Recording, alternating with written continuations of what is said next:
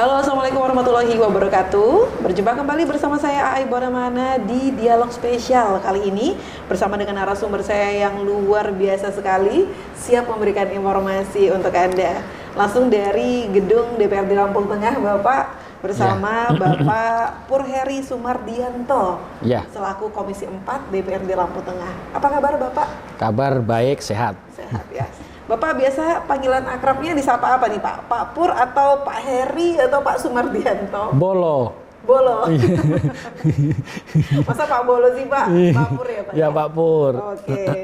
Pak Pur, di kesempatan kali ini kita akan membahas sedikit cerita pembangunan daerah untuk kemajuan ekonomi lokal, terutama di Lampung Tengah Bapak ya. Karena kita memang berdomisili di Lampung Tengah. Tapi sebelum kita ke tema Pak, kalau boleh tahu Pak, Bapak ini memang asli daerah, lahir di Lampung Tengah atau pendatang atau seperti apa Pak? Saya lahir di Lampung Tengah, di Desa Nyukangharjo, Kecamatan Selagi Lingga, Kabupaten Lampung Tengah. Oke, jadi memang putra asli daerah Lampung Tengah. Betul. Oke, kalau ngomongin soal karir Pak, Bapak kan sekarang berada di kursi Komisi 4 yang memang mengemban amanah cukup berat Pak ya. Masyarakat menempa doa sama Bapak. Tapi kalau boleh tahu nih, melihat perjalanan Bapak dari awal tuh sebelumnya Bapak ini apa sih Pak profesinya? Profesinya wira swasta, dari berkebun. Berkebun. Ya, berkebun. Sama ya dagang sedikit. Udah gitu. Kalau boleh tahu waktu itu berjualan apa Pak? Berkebunnya sawit. Sama berdagang ya toko untuk kegiatan istri di rumah sebenarnya. Oke. Wow. Ini Pak luar biasa ya, dari mulai pedagang lanjut ke menjadi anggota dewan. Sejak kapan Bapak berkecimpung di dunia politik Pak? Sejak mau pemilu itu 2024, berarti di 2023 atau 2022 kayaknya. Oke. Ya mulai berkecimpung ikut di politik. Cukup lama Pak ya, dari 2022 sampai 2025. Iya. Apa nih yang paling menarik bagi Bapak tentang dunia politik Pak? Menarik di dunia politik ini ya kita bisa mengembangkan lebih luas kepada masyarakat untuk kita bisa berkarya, untuk kita bisa mengabdi kepada masyarakat di pemerintahan melalui politik itu. Gitu. Oke. Iya. Kalau boleh tahu Pak, cerita sedikit, seberat apa sih Pak jadi anggota DPRD? Wah, jadi anggota DPRD itu ya menurut saya sekarang tambah beban berat karena kita sebagai wakil rakyat ya kita harus bisa membawa aspirasi dari bawah, dari masyarakat untuk kita bawa di gedung DPR, nanti kita bicarakan bersama eksekutif ataupun pemerintah daerah gitu. Oke, Bapak kan sebenarnya ini adalah periode pertama Pak ya? Iya. Di tahun 2024 sampai 2029 selama Bapak menjabat nih Pak. Apa yang menjadi alasan utama akhirnya Bapak memilih, oke, saya terjun di politik? Apa alasannya Pak? Alasan saya pertama, saya pengen masuk di dunia politik, pengen mengetahui seperti apa pemerintahan itu. Terus selanjutnya saya pengen mengembangkan untuk saya bisa lebih berkarya lebih luas di dunia politik yang nantinya membawa manfaat kepada masyarakat luas gitu aja. Ya. Membawa manfaat kepada masyarakat luas ya. Oke, luar biasa. Nah, terkait tema kita Pak, yaitu pembangunan untuk peningkatan ekonomi lokal daerah Pak. Kalau boleh tahu Bapak kan ya walaupun masih periode pertama nih, kira-kira apa nih yang menjadi program unggulan Bapak selama menjadi anggota DPRD Pak? Program unggulan saya yaitu pertama saya pengen membuat mutu pendidikan menjadi lebih baik. Terutama karena saya Komisi 4 membidangi pendidikan, kesehatan, ya saya harus fokus kepada pendidikan tersebut supaya nantinya Lampung Tengah mempunyai kualitas SDM anak-anak sekolah yang mumpuni dan bisa bersaing dengan wilayah lainnya. Luar biasa. Ya. Saya benar-benar mendukung dan percaya bahwa pembangunan daerah bisa lebih maju dari SDM-nya Pak ya. Iya. Tapi bagaimana cara Bapak memastikan bahwa program-program tersebut itu bisa terlaksanakan sesuai dengan kebutuhan masyarakat, Pak? Ya kita harus aktif turun kepada masyarakat, menanyakan, dan kita harus langsung berhadapan, bersentuhan dengan masyarakat di bawah, menanyakan apa aja yang diinginkan, diharapkan masyarakat. Nah, baru kita catat, kita sebagai bekal untuk kita nanti diskusikan ataupun musyawarah kepada pihak kabupaten ataupun eksekutif di pemerintahan daerah gitu. Benar sekali, artinya melibatkan masyarakat terlebih dahulu, Iya, diskusi betul. baru disampaikan. Betul. Luar biasa. Lalu langkah konkret apa nih yang sudah Bapak ambil sebagai anggota DPRD untuk meningkatkan kualitas pendidikan? Karena tadi Bapak katakan Bapak konsen di dunia pendidikan nih Pak. Di pendidikan, langkah-langkah yang sudah saya lakukan yaitu kemarin saya beberapa kali melihat gedung-gedung sekolahan yang memang tidak layak, yang memang harus dibangun dan nantinya akan ditempati untuk anak-anak belajar lebih nyaman itunya. Terus habis itu saya sering turun bersosialisasi kepada wali-wali murid, ibu-ibu yang orang tua siswa untuk memberi pencerahan, pencerdasan tentang pendidikan dan pengawasan kepada anak-anak sekolah gitu. Oke, jadi perbaikan fasilitas itu yang paling utama Ya. ya. Tapi selain pendidikan, Bapak konsen di pendidikan nih. Saya lihat dari Instagram Bapak, kayak Bapak ini aktif juga untuk membangun infrastruktur jalan, Pak. Apa yang membuat Bapak konsen juga di sana? Apakah memang ini ada hubungan dengan pendidikan sebagai akses untuk menuju ke sana atau bagaimana, Pak? Kalau masalah infrastruktur itu emang tekad saya, karena dari bawah di masyarakat itu saya banyak ditegur, banyak mendengar dan masyarakat mengeluh. Jadi akhirnya saya turun melihat kondisinya ya memang harus layak dan harus diperbaiki cepat. Ya harus kita benar-benar untuk bisa membawakan karya-karya baik ini nanti kepada masyarakat dengan cepat. Yaitu ya kita harus keluar uang sendiri. Betul. Bangun sendiri. Jadi Bapak untuk pembangunan infrastruktur jalan itu menggunakan uang sendiri? Ya, uang sendiri. Pakai ya gaji dari sebagai anggota DPR. Ya saya untuk bangun-bangun baik jalan, ngecor, gorong-gorong. Sejak ya, kapan itu Pak terjadi? Ya sejak saya sudah dilantik jadi DPR. Wah, luar biasa. Kita berikan tepuk tangan terlebih dahulu untuk Bapak Pur Heri yang sudah memberikan, mengalokasikan bahkan Pak ya, gajinya untuk pembangunan infrastruktur di daerah Lampung Tengah. Ini sangat membantu masyarakat untuk mengakses jalan Pak ya, untuk keperluan ekonomi ataupun lain sebagainya. Tapi sebelum kita ke perbincangan selanjutnya Pak ya, masih panjang sekali Pak. Sebaiknya kita jeda sedikit. Siap, iya. Jangan kemana-mana, tetap di Dialog Spesial Tegar TV bersama saya dan Bapak Pur Heri Sumardianto. Iya.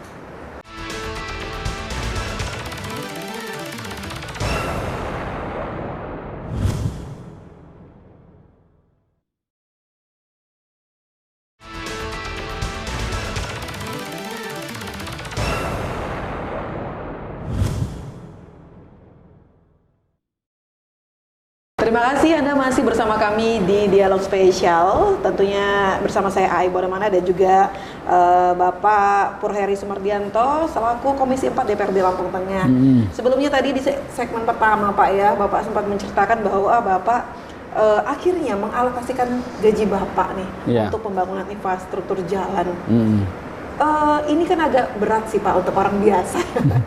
Tapi apa nih alasan yang paling membuat Bapak terketuk nih, kayaknya gaji saya alokasikan aja deh.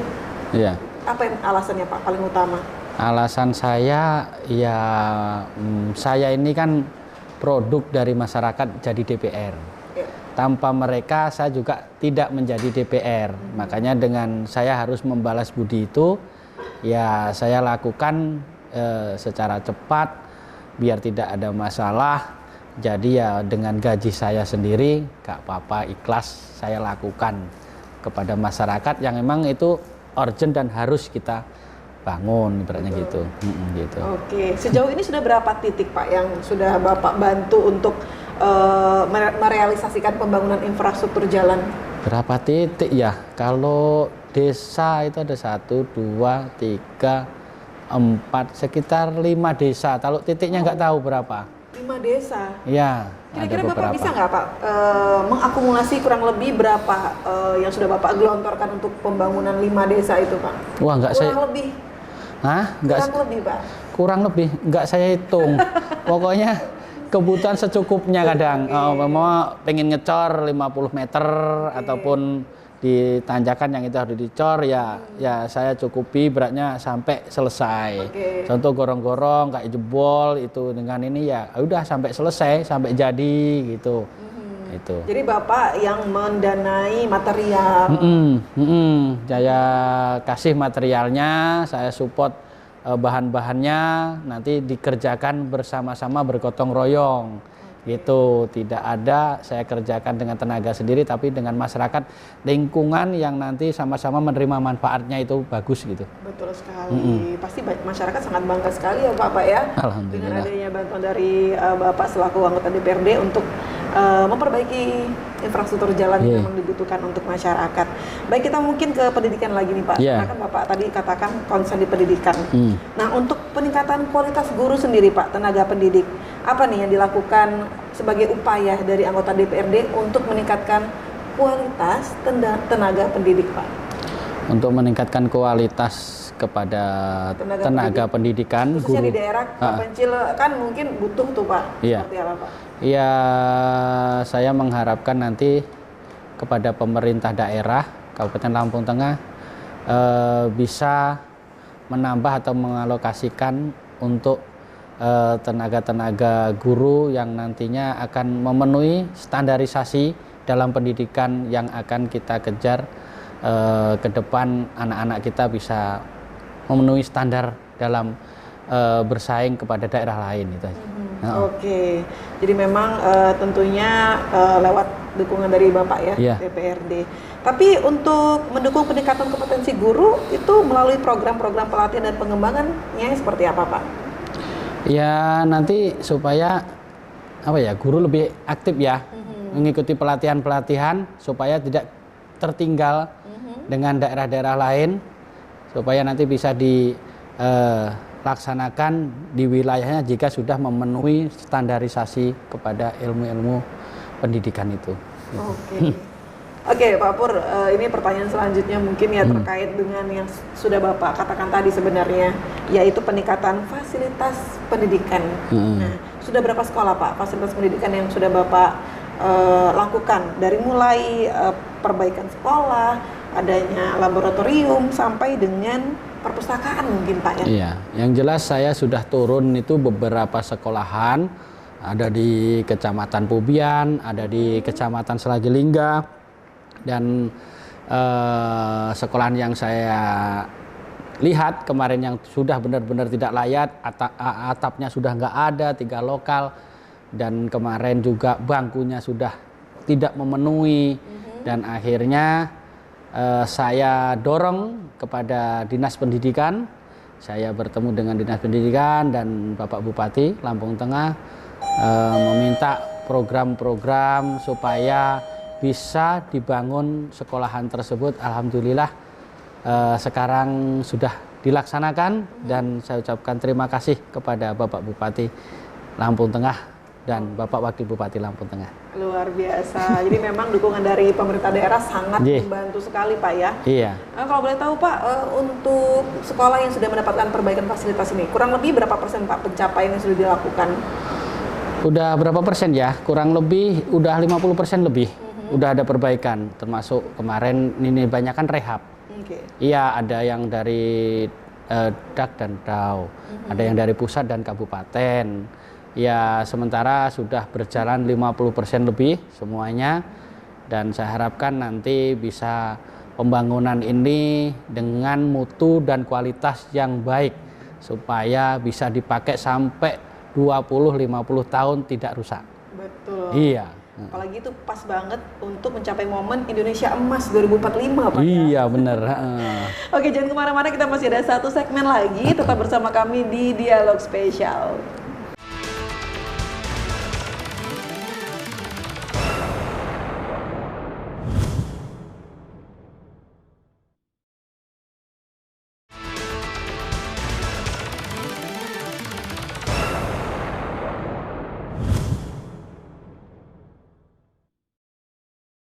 Ya, terima kasih Anda masih bersama kami di Dialog Spesial bersama narasumber saya, Bapak Pur Heri Sumardianto dari Komisi 4 DPRD Lampung Tengah, dan kita masih membahas di segmen ini tentang pembangunan dan juga konsen di pendidikan ya Bapak ya.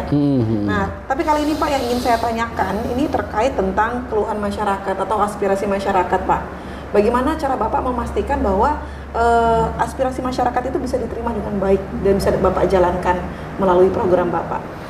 Ya, saya memastikan kepada masyarakat untuk menyampaikan aspirasi yang benar-benar emang itu fakta dan harus bisa dipertanggungjawabkan nantinya. Karena apa?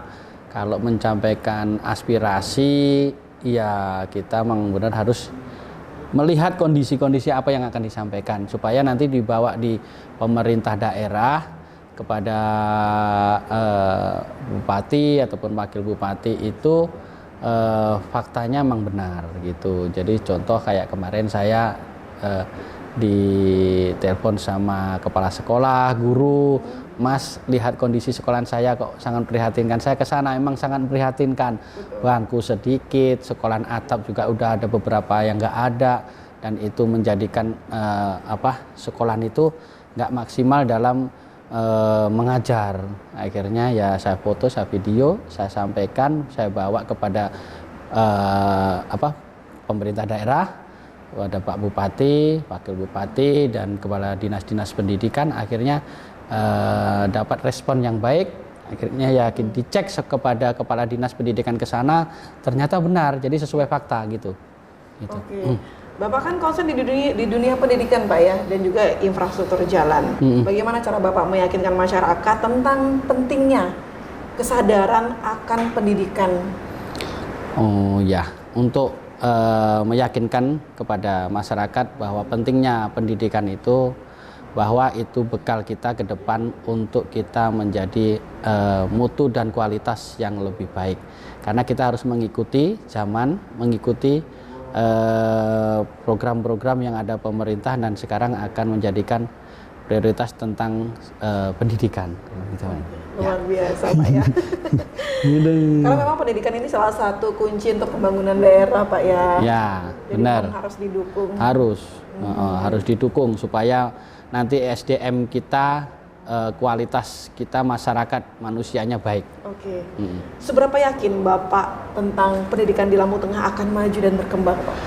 Ya, seberapa yakinnya, saya yakin asal kita mempunyai niat, peduli, dan tekad untuk bisa langsung ke bawah melihat masyarakat yang benar-benar kita harus memberi pencerahan, memberi pencerdasan kepada nantinya kepada wali-wali murid, orang tua pendidikan, supaya nanti bisa mendidik anaknya di rumah untuk menambah ilmu yang tadi dibawa dari sekolahan. Oke. Nah Pak, kalau ngomongin soal potensi, Lampung Tengah ini kan memiliki banyak sekali potensi. Tapi untuk dapil Bapak sendiri, ketika Bapak turun ke jalan nih, turun ke dapil Bapak, potensi apa yang paling menonjol Pak untuk pembangunan Lampung Tengah?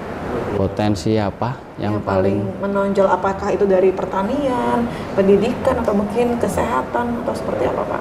Dari pertanian. Pertanian. Iya, pertanian, karena tempat saya itu tempat yang banyak pertanian, khususnya perkebunan sawit, karet itu di sana. Oke, itu menjadi salah satu sektor penting Pak ya, untuk perekonomian pembangunan. Perekonomian, benar. Luar biasa. Oke Pak, kita kan sudah di penghujung tahun 2025. Ya.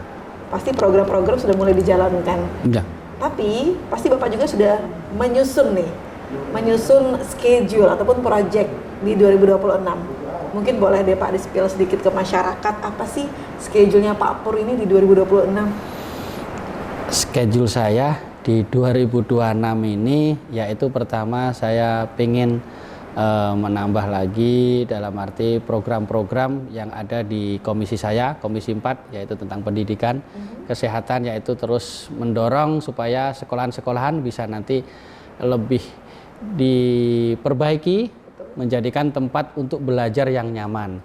Dan untuk kesehatan saya juga ingin nanti Bukesmas ataupun wilayah-wilayah kecamatan itu bisa bekerja yang baik untuk melayani masyarakat dalam berobat mencari kesehatan, termasuk BPJS, semuanya kepada program BPJS bisa dilaksanakan dengan baik dan langsung dirasakan manfaatnya pada masyarakat. Luar biasa. Artinya Bapak benar-benar selain concern di pendidikan, kesehatan pun Bapak lakukan ya Pak untuk meningkatkan taraf hidup masyarakat. Oke Pak, terakhir mungkin yang jadi closing statement Pak, apa yang ingin Bapak sampaikan untuk masyarakat Lampung Tengah Pak? Kepada masyarakat Lampung Tengah, mari bersama-sama kita wujudkan untuk membenahi Lampung Tengah ini ke depan lebih baik dan lebih maju untuk menuju Indonesia emas.